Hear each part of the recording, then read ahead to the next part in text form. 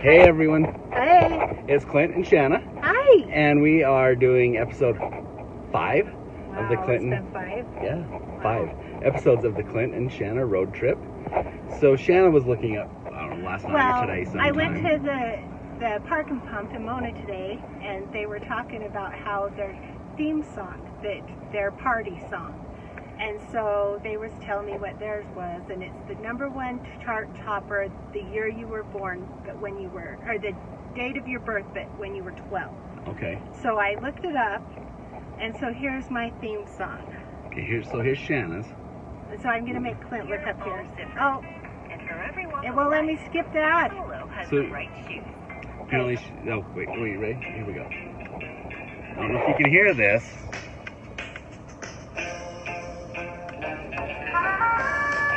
Very much a quintessential 80s song. Yeah, I'm an 80s girl, but this isn't my 80s music.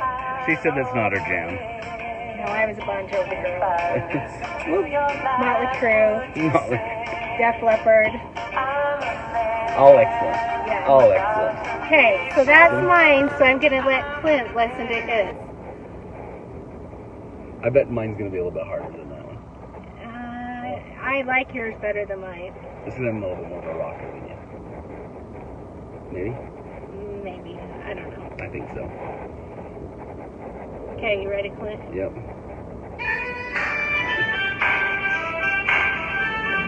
Yeah, I guess I'm a little bit more rock than yours you. is better than mine.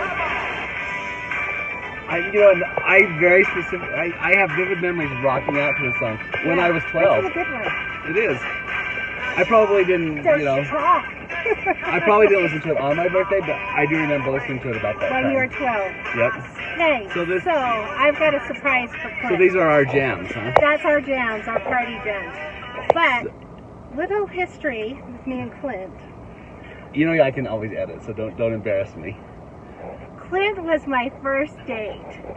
So I decided the senior ball, that's why we get along so good, Clint. It was my senior year, my senior ball. And I was a sophomore? You are. I was a sophomore, so this was my very first date. So I decided to look up what the #1 song would be. Probably, so this is our jam together. Oh. This is our so together. how did we come up with this as the #1 song? Because it was usually the senior balls in mid-December. So Right. I just looked up Like the #1 song in December. and the year we went to the... So 87. 87. So you ready? I'm a little bit nervous now. Oh, that's not it. Hold on. Oh, she's worrying me. That should be it. So while she's looking that up, Shanna and I, while we were driving here, we were listening, and this is probably going to be our last episode for a couple weeks anyway. We were listening to the governor's press conference and his directive on the stay home, stay safe. So we'll do this one tonight, and then we will. This will be posted Monday, so you're watching this on Monday. Yeah. And then We'll wait till things clear up. so we'll wait till things clear up and to do our next one. And weather will probably be better, and we can go to some really fun places. We hope so. But tonight we're hitting the west side. Okay, hold on. So anyway, well, apparently she's listening to a Rachel Ray commercial. We're hitting the west side of the county tonight, or at least a little bit more west, and it's going to be kind of fun. I hope we got some good spots picked out. Shanna was in charge of picking out spots tonight. Yeah. So hopefully you like it. So anyway, this is our jam together. This is our together jam. Oh, Prince. No. No.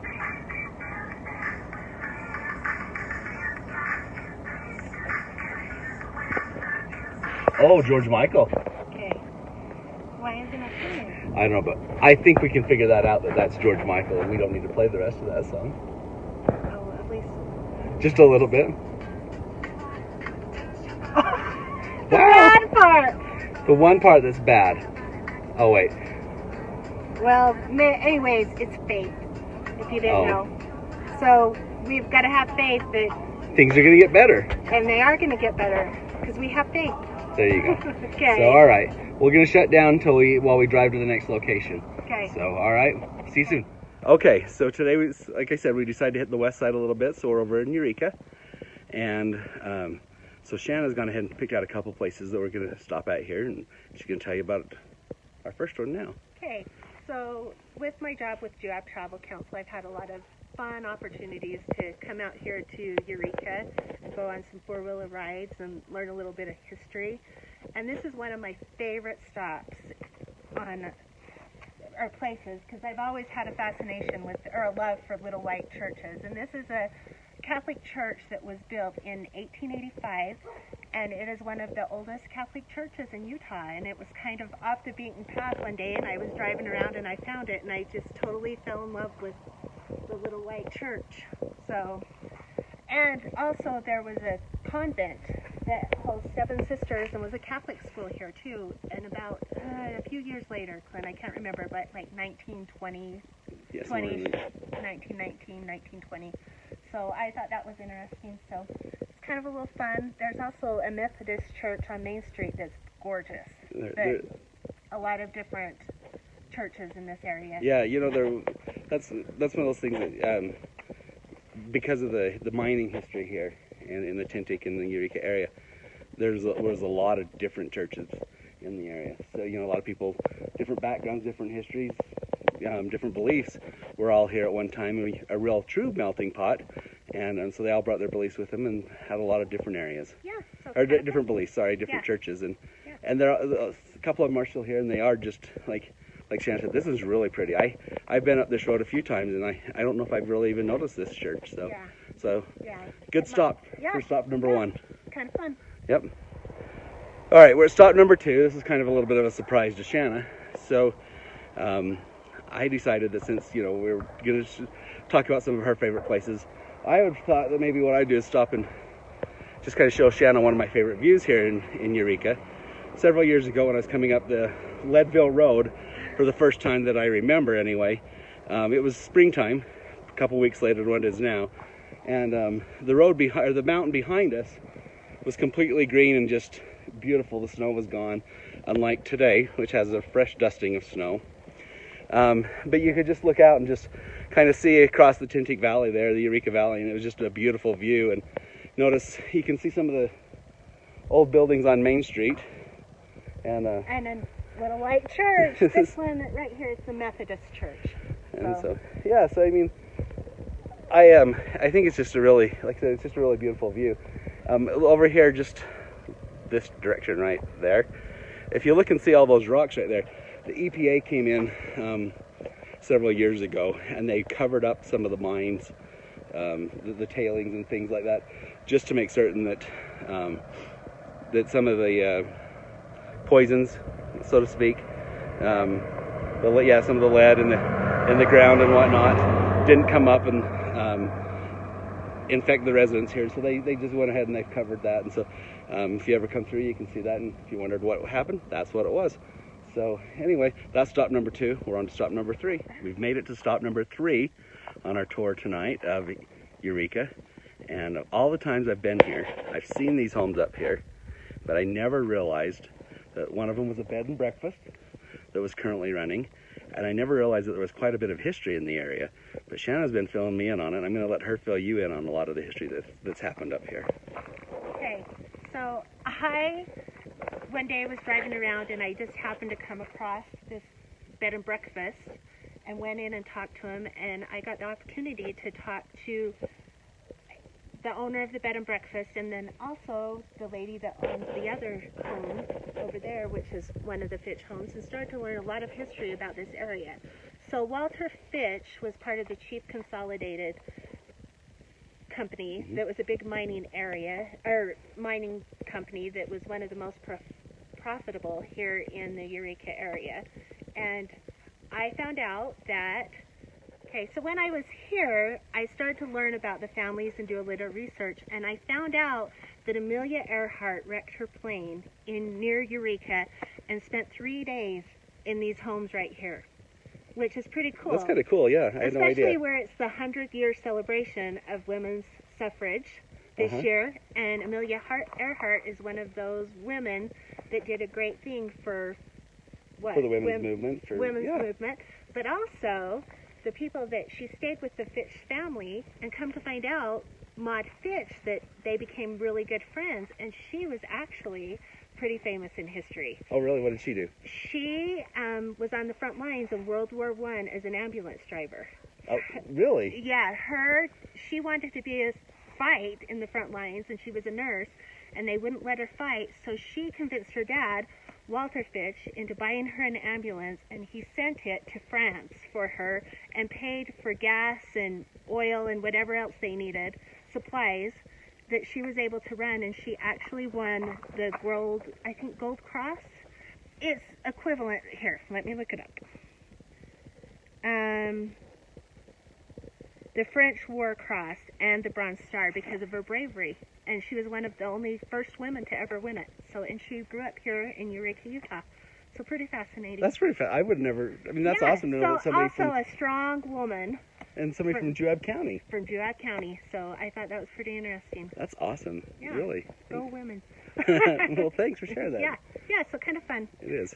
Clint, why don't you walk around and get like a little bit of these houses? So these 4 homes right here all belong to the Fitch family at one time. So I thought that was pretty interesting, and I'm not sure, but I was told that this was the office area right here that took care of the office things, but also that the servants lived here, and there was underground tunnels that connected all these homes. Oh. But I don't know how much truth, but some of my friends that grew up here said it's true that they'd actually walked in the tunnels, but whether it is or not, they're still beautiful homes.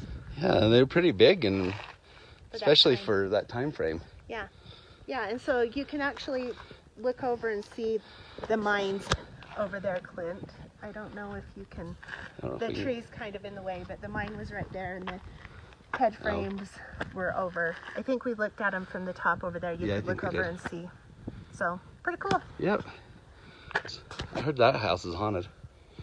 Clint, I'm not supposed to... So the wind started to pick up here on our stop, and it's a little chilly, but it's kind of cool up here. It's really beautiful. And you can see behind us some of the buildings from the old mining area. And you can see, you know, all around us there's the history of mining in Eureka, in the Tintic area. You know, mining was very important to the early days of Juab County, and especially in this area. And entering the 20th century, Juab County was the 6th largest county in the state at that time, with just over 10,000 residents, and which is just a little bit smaller than what we are right now. Right now we're just over 11,000 residents, so not much difference in population in 100 years. Yeah. But, you know, I mean, the Tintic area here was actually, as the History of Juab County book describes it, it was a metropolis, so to speak. I mean, it was small. It was a metropolis in a small town, I believe is how it described it, wasn't it? Yeah, but one of the most prosperous mining industry or mining places in the whole country, or at least the West. Yeah, it was. They said it was the most prosperous in the West. That a lot of the ore and mine, or the minerals and ore, came out of this area. Yeah. So, and then Shanna has a little bit of... For all you shoppers, one of the first JCPenney's was started in Eureka, which I think is pretty cool. It is kind of cool. It's still running today. Is it? JCPenney's? Oh, I thought you meant the one that was here. I'm like, I don't remember it down on Main Street. JCPenney's. So it started here. Yeah. So pretty cool. It is pretty cool. And so it's just kind of one more little glance around, just kind of see some of the mining things around. It's just, if you notice, the mountains are just beautiful here. It's, you know, I think the whole Eureka area, the beauty of it is kind of underappreciated. And switch it. I really like it here.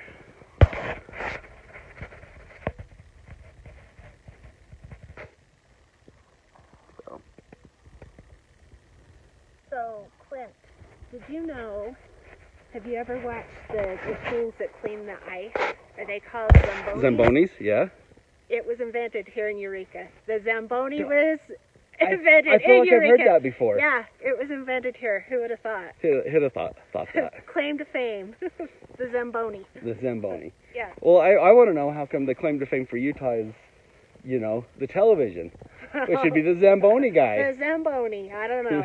But kind of fun. That is kind of a fun little trivia. Yeah. Anyway, hope you've enjoyed our little bit of trivia here today and our tour around Eureka. Yeah. So. Do you want to go to the cemetery? Oh, we got one more stop. One more stop. Cemetery. All right, so we'll see you in a minute. Okay, so here we are on our last stop for the night. Good, because it's getting cold.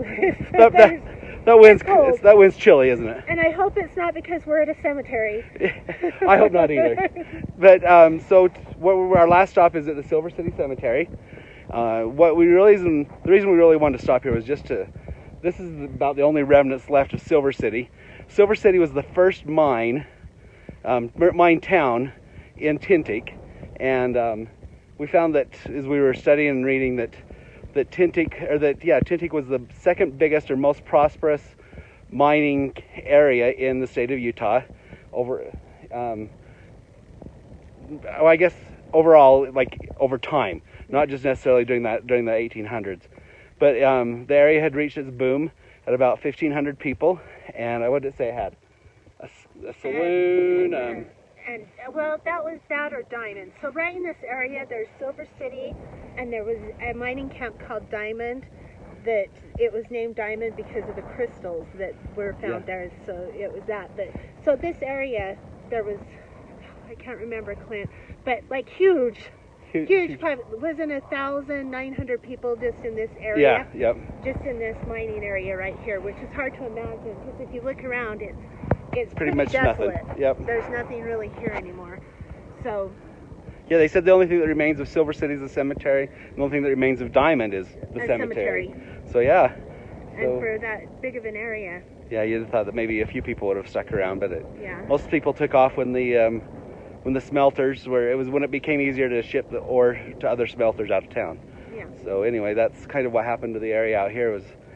Once the mining subsided and it became cheaper to ship it, the area just kind of died a little bit. So which is kind of sad. It is really sad. Considering it was a thriving area at one time. Yeah. So, but anyway, I think it's kind of fun to look through the area here and to just see some of the history of our county, and looking over some of those headstones are old. They're from the 1800s and early 1900s, and think that's when it was. Also, a thing that we thought that was kind of fun is that in our studying we learned that the Spanish flu came through here in 1918, which is kind of ironic because they were in quarantine and isolated, and we're kind of going through that same thing. Yeah, we are right now, and it's just kind of. I think we read that the population decreased. Yeah, it said 900. The population of Juab County decreased 900 people in 1 year. So we kind of feel like it's maybe important that we listen to what we've been being told, and maybe we start being better at this. So this will be our last episode. Yeah, this is our last episode. Till we're allowed to get out again. So we're gonna start following orders. Yep. And be better. I guess we're still allowed to get out. For essential things, just till we're allowed to get out and travel freely. Yeah. So anyway. So hopefully it's warmer. Hopefully we start again. Yep. Anyway. It's cold tonight. So thanks, you guys. We'll see you then.